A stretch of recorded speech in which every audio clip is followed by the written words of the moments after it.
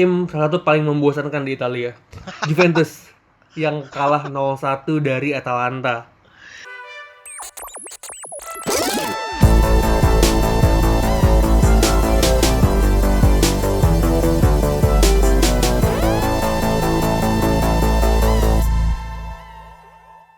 Halo, halo, halo, halo, halo.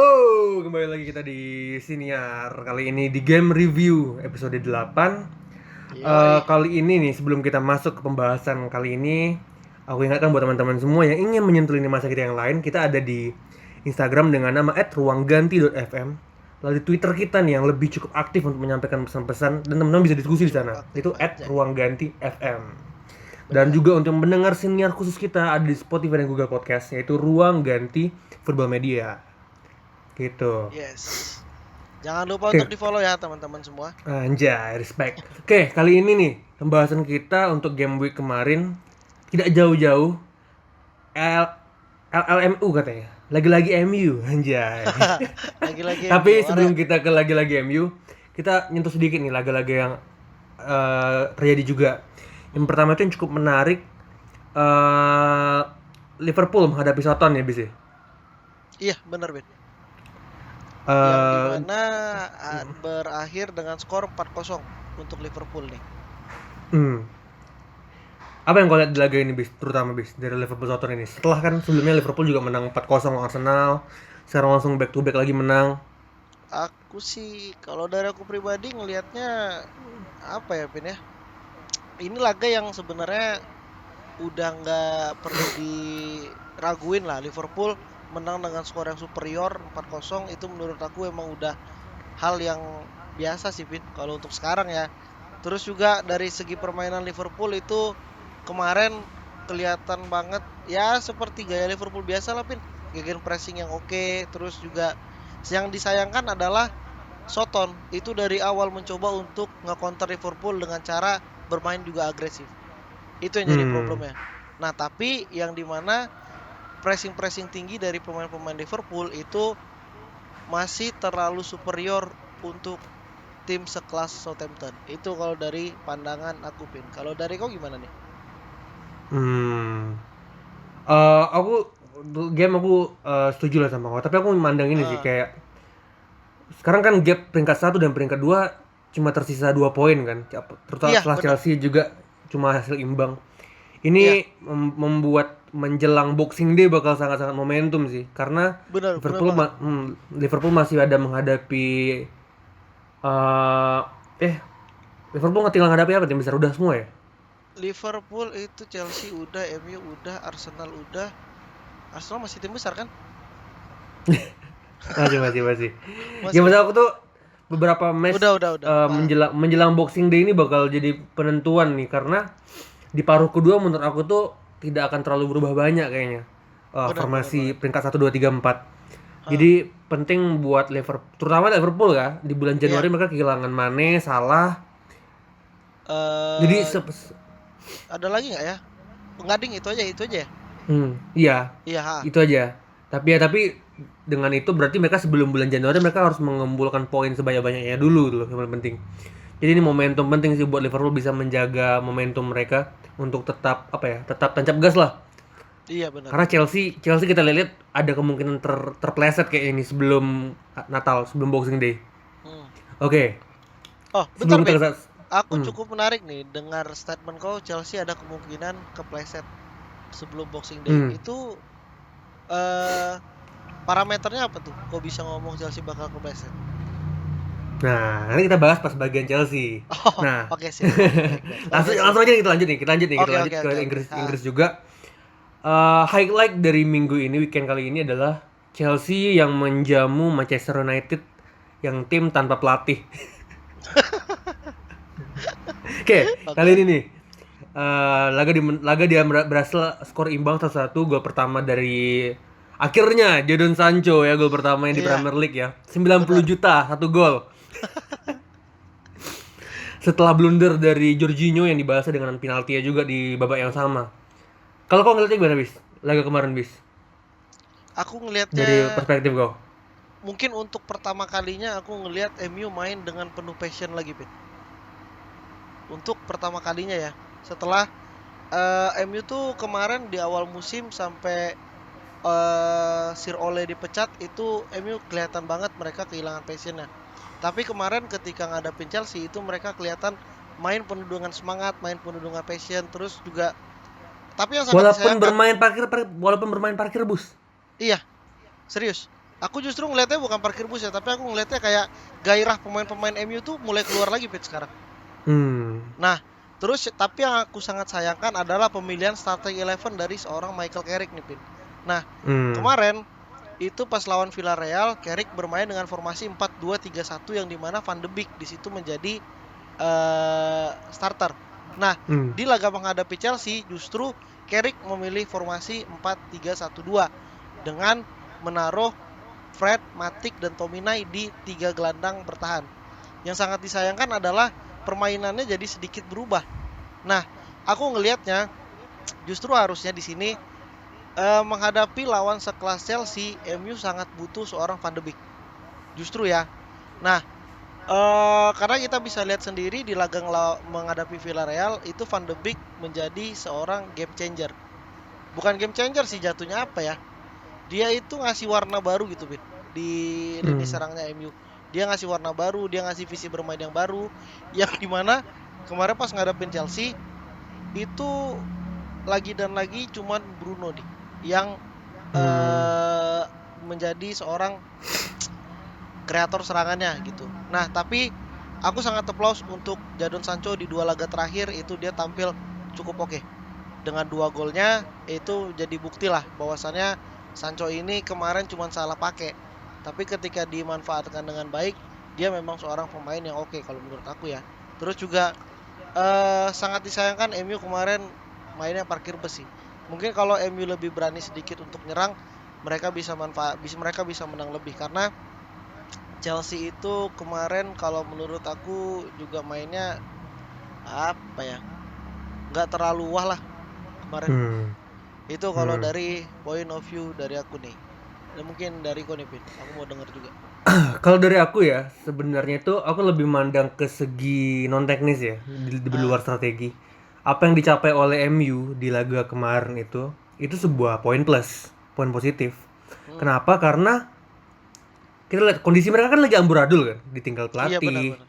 Benar, yang megang sekarang tim interim, benar. kondisi mental pemain psikis di lapangan tuh seharusnya tidak stabil. Hmm, Tapi mereka berhasil survive di dua laga terakhir yang walaupun nggak bermain luar biasa tapi mereka berhasil melakukan tugasnya dulu. iya benar banget, Kalau benar kalau banget. kita ngeliat sekarang ini walaupun ya mereka bermain ugly lah kemarin bermain parkir Hmm, bus. Tapi kalau kita lihat kondisi ya mereka ini lagi tim yang kacau tuh dan ngelawan ya tim yang ada di peringkat satu. nah, Secara logikanya mereka betul, kalah kan pasti kan. betul. Secara Dengan psikis, catatan secara kemampuan mainnya teknik. mainnya di kandang, Bin. Mainnya di kandang tim peringkat Iya, satu, main di benar. kandang, iya kan. Nah, Hmm, jadi sebelum laga dimulai pun mereka udah kondisinya kalah tertinggal ini. Dan mereka benar benar. bisa menahan skor 1-1 90 menit ya walaupun itu ugly lah bermain Hmm, parkir bus. Tapi mereka berhasil. Yang sekarang kan fungsi dari Carrick ini menurut aku sebagai interim sebelum Ragnik datang itu tuh ya membuat tim ini kondisi psikisnya stabil dulu nih sebelum pelatih baru iya, datang. Jangan kacau benar, dulu. Cara benar, tidak kacau gimana ya jangan kalah. Jangan benar, kalah dulu. benar, benar banget, benar banget. Makanya bilang tadi Nah, yang walaupun MU bermain buruk cuma imbang kita lihat positifnya sekarang mereka pengen menstabilkan struktur tim dulu nih hmm, gimana supaya stabil untuk kan Ragnik baru mulai handle di laga berikutnya lawan Arsenal ya iya, ah, yang aku lawan harap Arsenal. bakal seru. Iya, benar benar benar. Aku harap Harusnya bakal iya sih. seru Ah, perebutan papan tengah. Ya itu sih kalau aku. Nah terus aku berangkat dari pertanyaan kau tadi kenapa Chelsea kalau kau nanya kan kenapa Chelsea menurut aku bisa terpeleset. hmm, Karena kayak aku pernah bilang sebelumnya, Chelsea ini bermain dengan gak formasi yang gampang karatan, aku bilang. Bermain dengan 5 back, kadang-kadang oh, transisi di gelandang. iya Maksudnya iya tuh iya iya iya. gini aja lah, kita lihat aja dari cara permainan mereka melawan Juventus dengan sekarang kan dengan laga kemarin kan berbeda kan. Jauh turun Iya, kualitasnya. benar benar benar Aku banget. bilang tadi kayak memang sistem mereka tuh agak sulit untuk bisa bermain terus-terusan on fire. Terlebih mereka main nggak pakai striker sekarang kan, yang Iya. otomatis agak kesulitan menghadapi tim yang parkir bus kayak MU. Jadi aku bilang Iya kayak benar sih, benar sih. Chelsea, Tuchel ini memang harus menemukan solusi baru ya. Karena aku juga kadang-kadang aku heran kenapa Tuchel ini masih kekeh pakai formasi yang aneh itu loh. Formasi Iya, yang iya, agak iya, iya. rawan di tengahnya.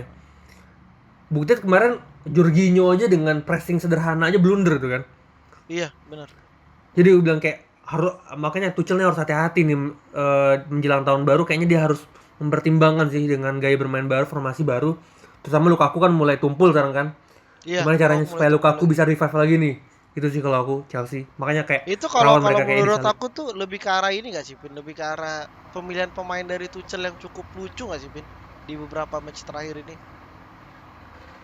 Kayak Mungkin iya ya. Mungkin iya ya. mm, kayak di Mungkin iya laga ya. lawan MU kemarin itu justru yang dipasang di belakang striker itu justru Ziyech dan juga Odoi. Terus Hmm. di gelandang itu yang diduetin justru Jorginho dan juga Loftus-Cheek. Padahal di situ Let's masih check ada. ya.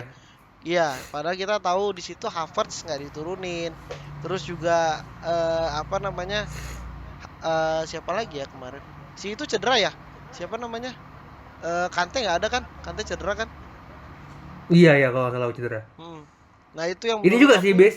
apa pun. Mungkin ini juga ya, kayak rotasi juga kan jadwal lagi padat kan sekarang kan. Iya, Weekday kemarin Champions League, sekarang terus dan hari tengah pekan lagi nanti ada liga lagi. Jadi memang rotasi benar-benar. sih, memang rotasi sih. Tapi Nah, yang bilang tapi tadi dengan formasi mereka tuh rawan kalau dipakai terus loh. iya sih, ya farmasi yang gampang Hmm. karatan bener yang kau bilang tadi Hmm. sih. Nah, tapi Gitu. cukup menarik nih, Pin. Hmm. Berpengaruhkah Cristiano Ronaldo tidak dimainkan dari awal? Enggak sih ya, justru buat aku ketika tidak Enggak ya? ada Ronaldo itu Enggak kayak ya?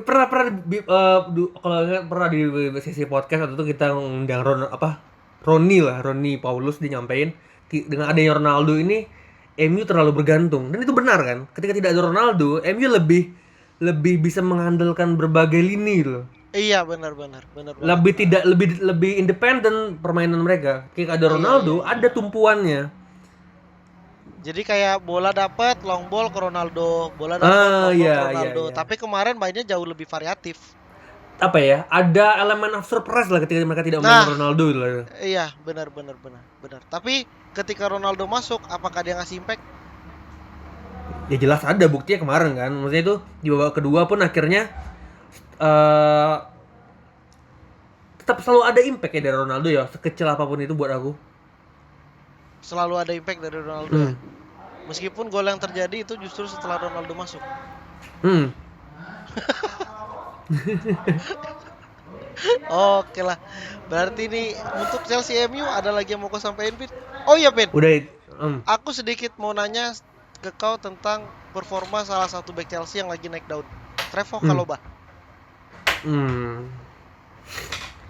Pemain seperti Eh, apa ini? Kemudian apakah performanya akan tetap seperti ini ke depannya? Kalau buat aku masih terlalu hijau sih dia ya. Kayak bahkan Masih terlalu kadang-kadang hijau ya?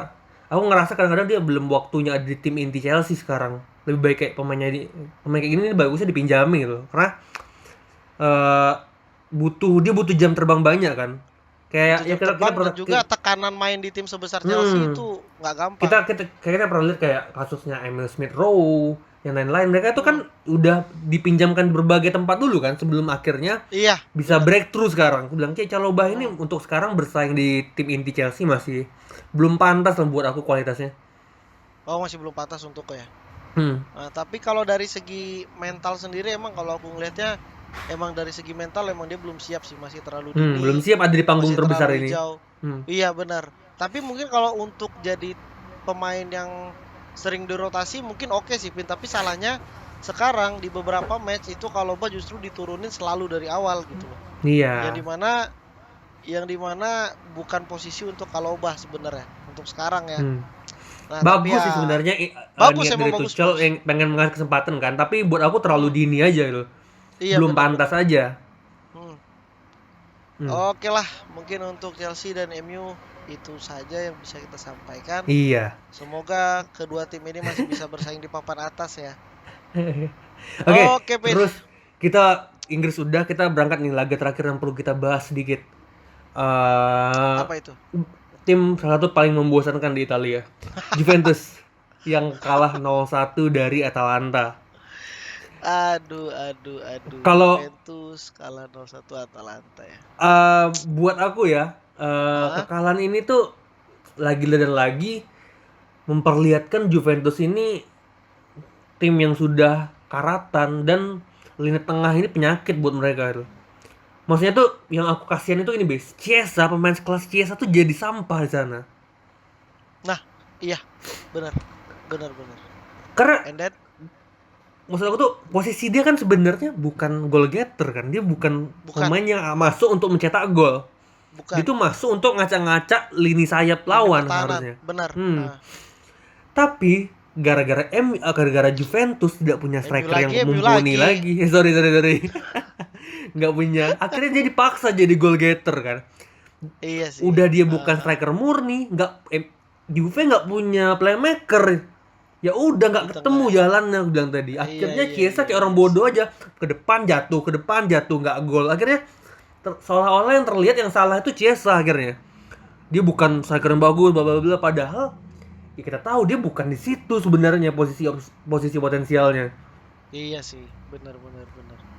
Berarti juga gini sih Pin, mungkin kalau orang-orang yang apa namanya yang suka sama Juve dan juga sering nonton timnas Italia itu pasti ngerasain bedanya permainan Chiesa di Juve dan juga di Italia, Pin. Itu kan Betul. kelihatan banget kan, yang dimana Chiesa di Italia itu bermain begitu impresif, terus juga bukan sembarangan apa ya. Itu salah satu pemain yang punya potensi untuk jadi something, untuk jadi apa ya, untuk jadi salah satu pemain besar lah. Potensi dia tuh gede banget, tapi sangat disayangkan di klubnya justru dia diharapkan main di tempat dan juga posisi yang salah gitu. Nah, dan pelatih yang salah sih. Iya, dan pelatih yang salah. Nah, pelatih yang sangat membosankan. Kemarin tuh kok perhatiin nggak Pin? Aku emang nggak sempet nonton lama sih, tapi Weston McKennie dipasang sebagai sayap kanan. Dia dipasang di sayap kanan udah pernah dicoba sama Pirlo sih di musim Oh, emang udah sebelumnya. pernah dicoba ya? Pernah dicoba sebagai, tapi ya dia itu kan memang gelandang multifungsi, tapi ya nggak optimal di sana loh. Cuma sebagai penambal ban aja. Ya kayak James Milner versi light lah. Dia bisa di mana aja sebenarnya. Tapi nggak terlalu bagus memang. Belum selevel James kan Milner. Mana kan bagus, Pin. Nah, kalau Milner kan tambal ban kan, di mana aja nyumbat lubang dia. Lubang tadi apa? Winston. Terus akan PR juga nih buat Juve, terutama McKennie bakal cedera, Chiesa cedera kan. Ini bakal makin pusing lagi Allegri nih. Tapi kalau dari segi mainnya sendiri Pin, berarti menurutku emang kemarin untuk pantas kalah ya untuk Juve ya? Pantas kalah. Ya? Pantas kalah. Dari segi permainan nih, aku butuh komentar dari kau. Gimana jalannya pertandingan, terus juga apa yang bikin Atalanta bisa menang 1-0 gitu. Membosankan sih sebenarnya, inti permainan Juve itu membosankan loh. Kepragmatisan mereka ini mematikan proses mereka untuk mencetak gol, aku bilang.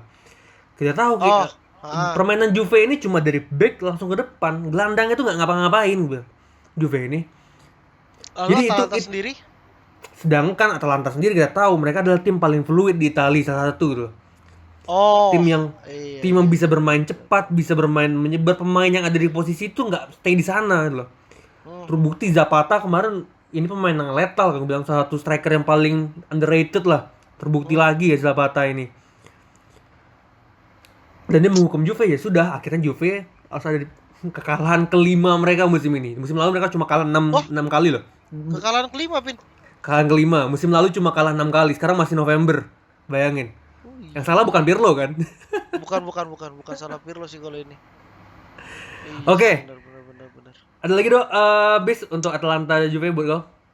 Atalanta Juventus mungkin aku nggak banyak bisa sampaikan, tapi ya semoga Juve cepat sembuh lah. Kita ini sih bukannya mengagung-agungkan Juve atau gimana ya. Kayak sebagai pengamat Serie A yang sering nonton Serie A juga pastinya sangat disayangkan kalau nggak sampai main di UCL musim depan ya. Benar, sangat disayangkan Juve kalau untuk nggak main di UCL musim depan. Terus juga kayak otomatis hampir semua pecinta Serie A pasti kayak ngelihatnya ini emang Juve nih, gitu Pin. Pasti bertanya-tanya Oke, gitu. oke. Tapi ya oke lah. Oke, that's it for today. Kali ini kita membahas beberapa laga-laga yang terjadi di weekend kemarin.